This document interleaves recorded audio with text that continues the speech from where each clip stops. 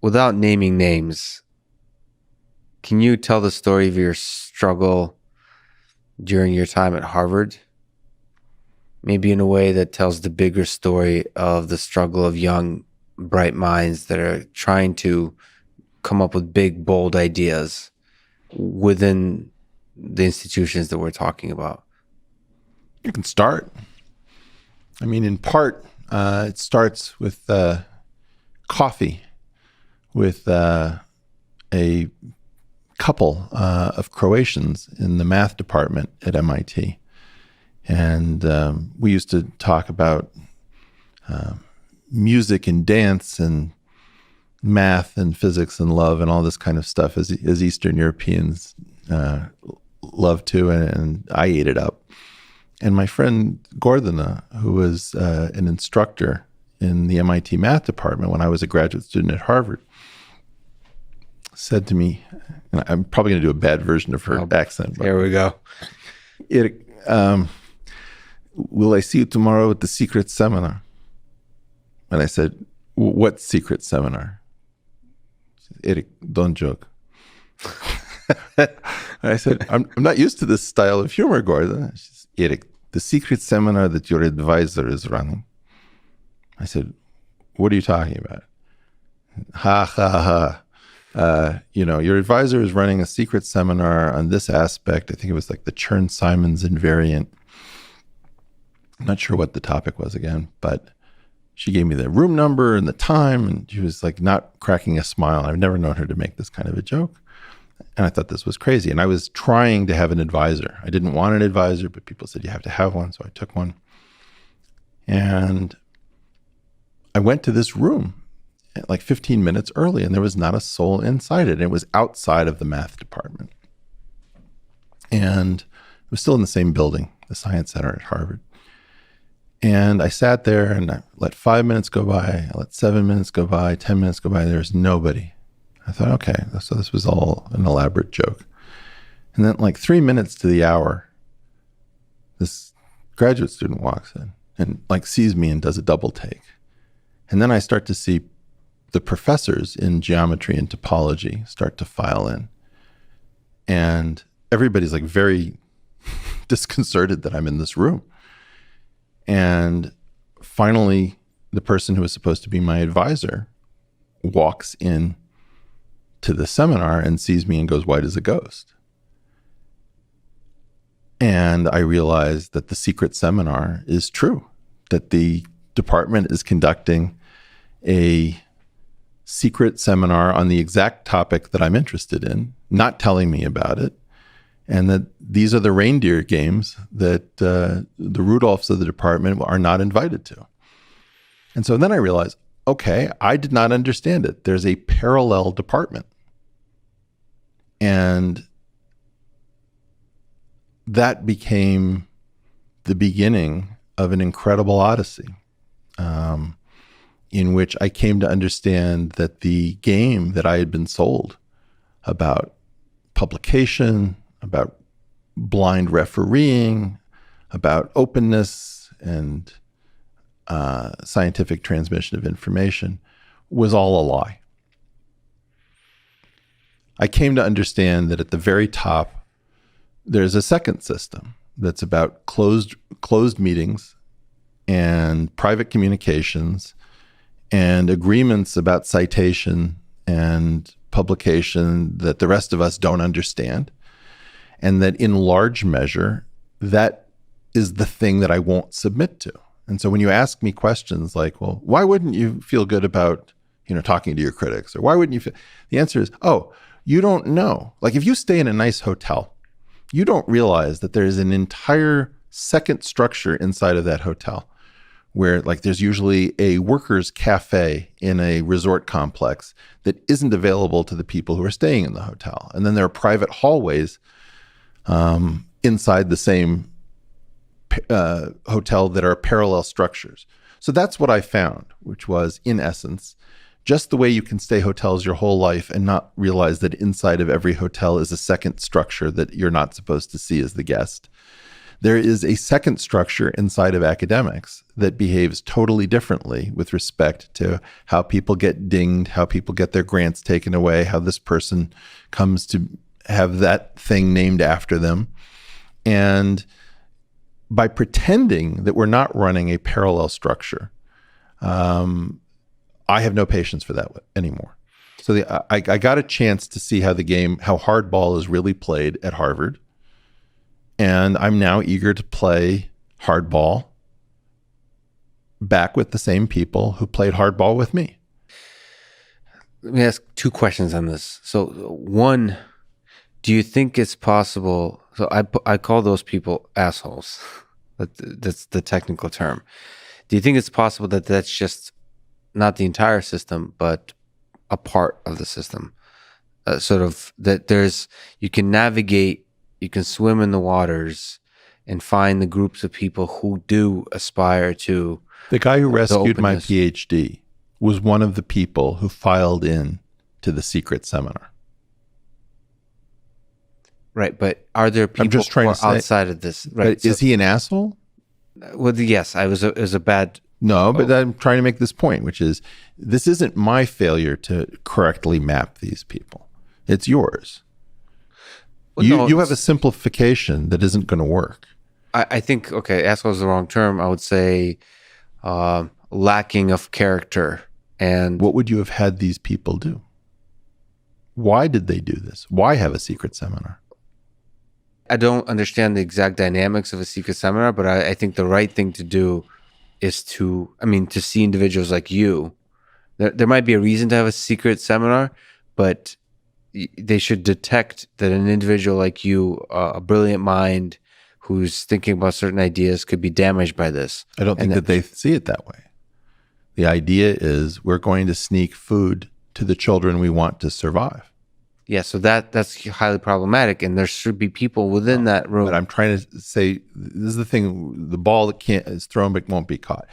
The problem is they know that most of their children won't survive. And they can't say that. I see. Sorry to interrupt. You mean that the fact that the whole system is underfunded, that they naturally have to pick favorites? They live in a world which reached steady state at some level, let's say, in the early 70s. And in that world, before that time, you have a professor like Norman Steenrod, and you'd have 20 children, that is graduate students, and all of them would go on to be professors, and all of them would want to have 20 children, right? So you start like taking higher and higher powers of 20, and you see that the system could not, it's not just about money, the system couldn't survive. So the way it's supposed to work now is that we should shut down the vast majority of PhD programs, and we should let the small number of truly top places populate mostly teaching and research departments that aren't PhD producing. We don't want to do that because we use PhD students as a labor force. So the whole thing has to do with growth, resources, dishonesty. And in that world, you see all of these adaptations to a ruthless world where the key question is, where are we going to bury this huge number of bodies of people who don't work out? So my problem was I wasn't interested in dying. So you clearly highlight that there's aspects of the system that are broken, but as an individual, is your role to exit the system or just acknowledge that it's a game and win it? My role is to survive and thrive in the public eye. In other words, when you have an escapee of the system, like yourself, such as, and that person says, I wasn't exactly finished. Let me show you a bunch of stuff. Let me show you that the theory of telomeres never got reported properly. Let me show you that all of marginal economics is supposed to be redone with a different version of the differential calculus. Let me show you that you didn't understand the self-dual Yang-Mills equations correctly in topology and physics, because they're in fact much more broadly found, and it's only the mutations that happen in special dimensions. There are lots of things to say, but this particular group of people, like if you just take, where are all the Gen X and millennial university presidents? Right. Okay. They're all in a holding pattern. Yeah. Now, why in this story, was it of telomeres? Was it an older professor and a younger graduate student? It's this issue of what would be called interference competition. So, for example, orcas try to drown minke whales by covering their blowholes so that they suffocate because the needed resource is air. Okay, well, what do the universities do? They try to make sure that you can't be viable, that you need them, that you need their grants. You need to be zinged with overhead charges or fringe rates or all of the games that the locals love to play. Well, my point is, okay, what's the cost of this? How many people died as a result of these interference competition games?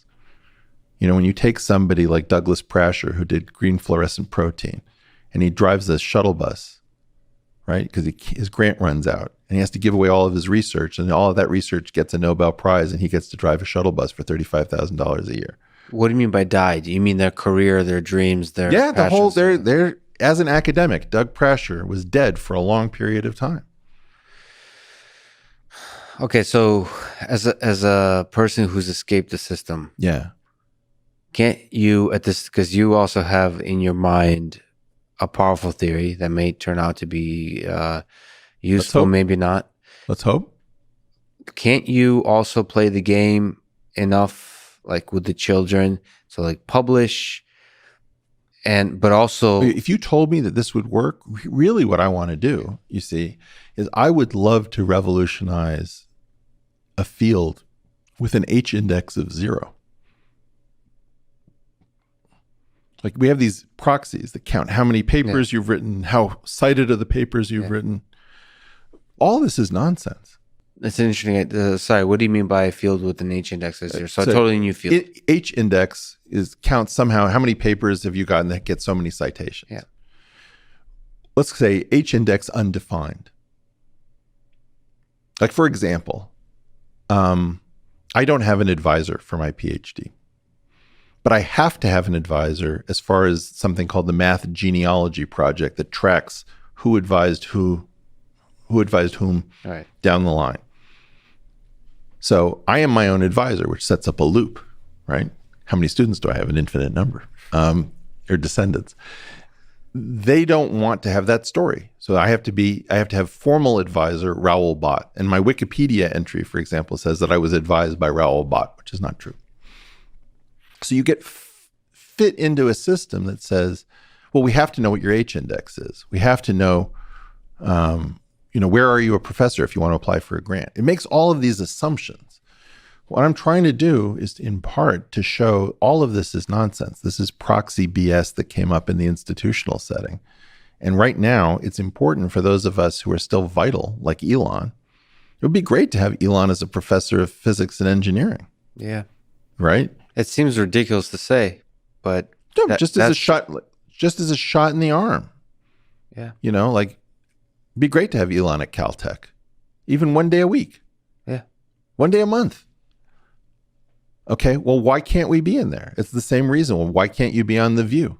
Why can't you be on Bill Maher? We need to know what you're going to do before we take you on the show. Well, I don't want to tell you what I'm going to do.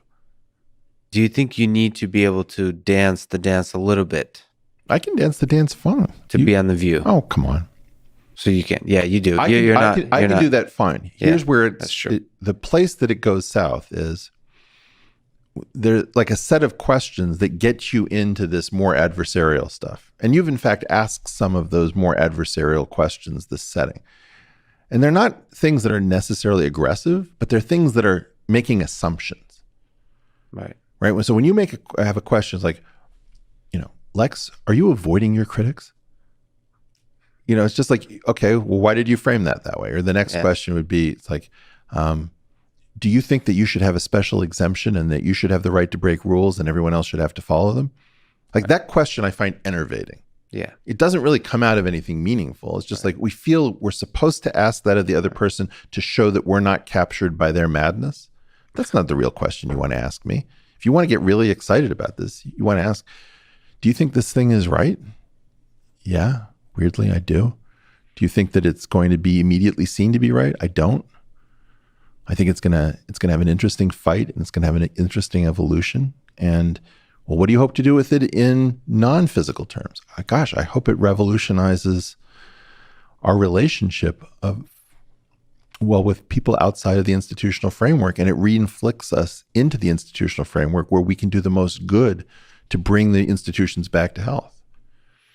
It's like, these are positive, uplifting questions. Yeah. And if you had Frank Wilczek, you wouldn't say, Frank, let's be honest, you have done very little with your life after the original huge show that you used to break onto the physics scene. Like, we weirdly ask people different questions based upon how they sit down.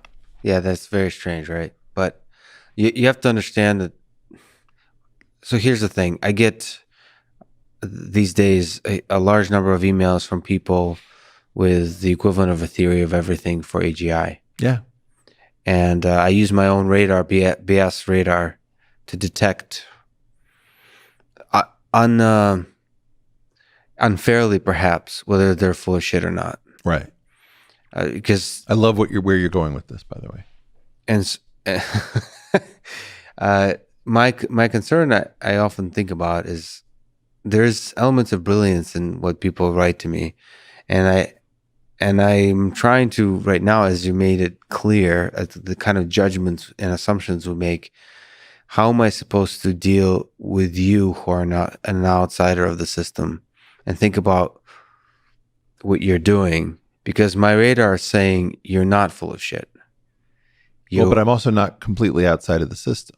That's right. You've danced beautifully. You've actually got all the credibility that you're supposed to get, all the nice little stamps of approval. Not all, but a large enough amount. I mean, it's hard to put into words exactly why you sound, whether your theory turns out to be good or not, you sound like a special human being. I appreciate that, and thank you very much. In a good way, right? No. So, but what am I supposed to do with that flood of emails from AGI? Why do I sound different? I don't know. And I would like to systemize that. I don't know.